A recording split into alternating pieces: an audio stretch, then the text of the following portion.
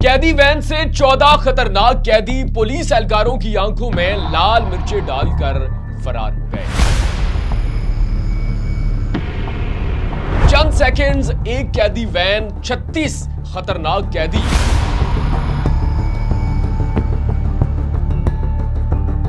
और फिर ऐसा क्या हुआ कि 14 खतरनाक कैदी पुलिस एहलकारों की आंखों के सामने फरार हो गए।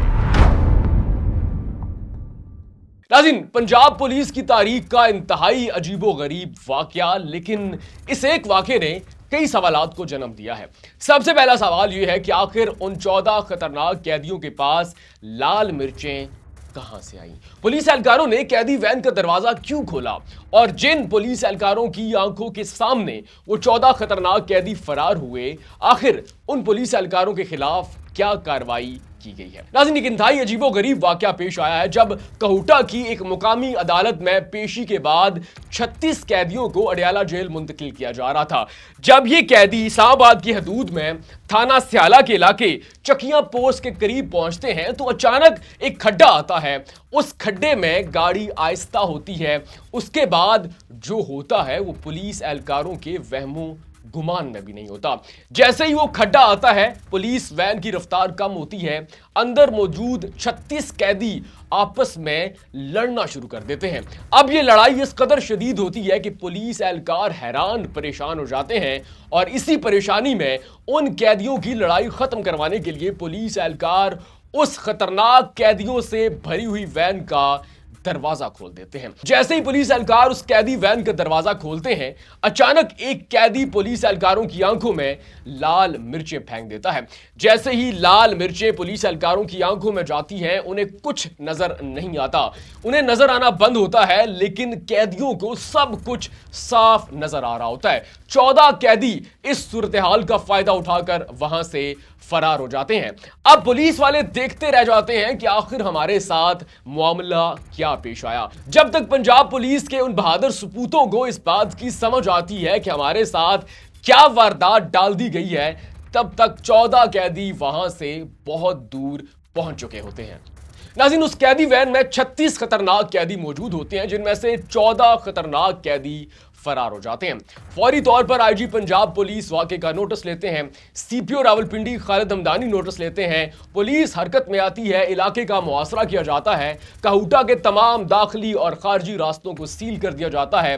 सर्च ऑपरेशन का आगाज किया जाता है। तमाम मशकूक गाड़ियों की चेकिंग की जाती है और फिर इसी सर्च ऑपरेशन के नतीजे में फरार होने वाले 4 खतरनाक कैदियों को दोबारा गिरफ्तार कर लिया जाता है। नाज़रीन, ये जो 14 कैदी फरार हुए हैं, ये सब के सब खतरनाक इश्तिहारी मुजरिम थे।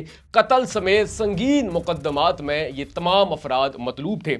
अब जो 4 अफराद गिरफ्तार हुए हैं, उनका नाम है साइम इश्तियाक, आतिफ, जकरिया और वलीद। और जो 10 कैदी अभी तक मफरूर हैं, उनके नाम है आसिम, एहतशाम, अदील, जैगम, दानिश, असद, अब्दुल रहमान, वाहिद और शामीर। नाज़रीन, इस अजीबोगरीब वाकये के बाद जो सबसे बड़ा और सबसे अहम सवाल है वो ये है कि आखिर उन खतरनाक कैदियों की वैन के अंदर लाल मिर्चें कैसे पहुंची। नाज़रीन, पुलिस एहलकार इसी बात की तहकीकात कर रहे हैं कि आखिर वैन के अंदर उन कैदियों के हाथ में लाल मिर्चें कैसे लगी। और फिर यही सवाल और इसका जवाब ढूंढने के लिए पुलिस एहलकार अदालत जा पहुंचते हैं और फिर हर उस बंदे का नाम खंगालते हैं जो कि उस रोज उन खतरनाक कैदियों से मिला था। अब नाज़रीन, तहकीकात जारी है कि आखिर उन खतरनाक कैदियों के पास लाल मिर्चें कैसे पहुंची। लेकिन अब ड्यूटी पर मौजूद एहलकारों की शामत आ चुकी है। आईजी पंजाब पुलिस ने नोटिस लिया, सीपीओ रावलपिंडी खालिद अहमद हमदानी ने नोटिस लिया और फिर उस रोज ड्यूटी पर मौजूद 5 एहलकारों को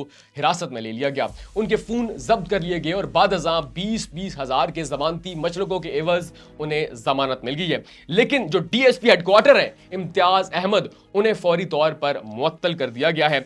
अब नाज़रीन, तहकीकात जारी है, लेकिन इस एक अजीबोगरीब वाकये ने कई सवालात खड़े किए हैं। अब देखना यह है कि क्या पुलिस इन तमाम सवालात के जवाबात ढूंढ पाती है कि उन खतरनाक कैदियों के पास लाल मिर्चें कैसे पहुंची। क्या यह बाकायदा मंसूबाबंदी थी या फिर सिर्फ गफलत?